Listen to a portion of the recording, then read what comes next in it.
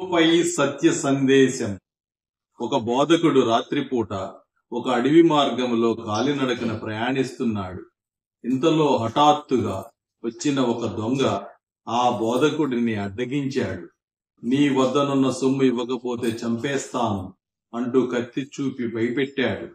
దొంగ బెదిరింపులకు నవ్విన ఆ బోధకుడు, ఇలా దారిదోపిడీలు చేసి పాపాన్ని ఎందుకు మూట కట్టుకుంటున్నావు అన్నాడు. నా భార్యా బిడ్డలు, నా తల్లిదండ్రులు, వారంతా సుఖంగా జీవించడం కోసమే ఇదంతా అన్నాడు దొంగ. వారి కోసం నువ్వు ప్రాణాలను తెగించి ఈ పాప భారాన్ని మోస్తున్నావు. అది అందించే పాప ఫలితాన్ని, చేదు ఫలాన్ని మీ కుటుంబం స్వీకరిస్తుందా అన్నాడు బోధకుడు. ఎందుకు స్వీకరించదు అంటూ అతడు అక్కడి నుంచి వెనుతిరిగాడు. గంట తర్వాత మళ్లీ ప్రత్యక్షమైన ఆ దొంగ ఆ బోధకుడి ముందు మోకరిల్లి, మీరు చెప్పింది నిజమే. నా కుటుంబంలోని ఏ ఒక్కరు నా పాపభారాన్ని మోయటానికి ఈ జన్మలోనే కాదు, ఏ జన్మలోనూ సిద్ధంగా లేరు అంటూ విలపించాడు. వెంటనే ఆ బోధకుడు ఏ ప్రతిఫలాపేక్ష లేకుండా సమస్త లోకపు ప్రజల పాప భారాన్ని మోయడానికి సిలువపై బలియాగమైన క్రీస్తు ప్రభువు గురించి చెప్పాడు.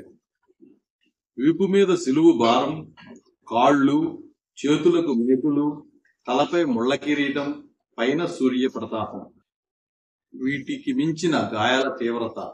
ఇన్ని బాధలు పెట్టినా, చీత్కారాలు చేసినా, తండ్రి మీరేమి చేస్తున్నారో వీరు ఎరుగరు కనుక వీరిని క్షమించుము అని ప్రార్థించాడు.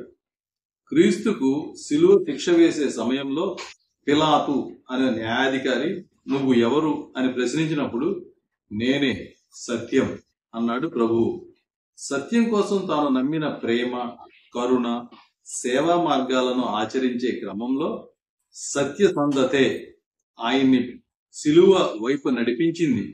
ప్రభు మనస, వాచ, కర్మణ నమ్మి చెప్పిన సత్యాన్ని మెచ్చని ఆనాటి రాచరిక వ్యవస్థ ఆయనకు సిలువుపై చనిపోయేలా మరణశిక్ష విధించింది.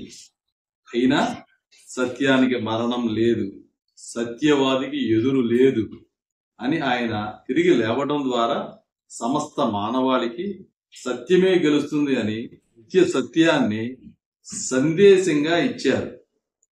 పాపం చేస్తూ పట్టుబడిన ఒక విధి వంచితను ఆనాటి మత ఛాందస్సులు రాళ్లతో కొట్టి చంపాలనే శిక్ష విధించినప్పుడు ఆయన ఆనాడు సూటి ప్రశ్న వేశారు. మీలో పాపం చేయని వాడు మొదటి రాయి విసరాలి, పాపులను కాదు, పాపాన్ని శిక్షించాలి అంటూ ధైర్యంగా, సూటిగా సమాజాన్ని ప్రశ్నించిన ఆయన సత్య మార్గం అన్ని కాలాల్లోనూ అనుసరణీయం, ఆచరణీయం. సకల మానవుల పాప ప్రక్షాళన నిమిత్తం సిలువపై అసూలు బాసిన క్రీస్తు ప్రభువు ఆ సిలువు మీద నుంచే తన సత్య సందేశాన్ని సమస్త మానవాళికి చాటి చెప్పాడు. అలా ఆయన చనిపోయిన రోజు శుభ శుక్రవారం, తిరిగి లేచిన 3వ రోజు ఈస్టర్ పర్వ దినం.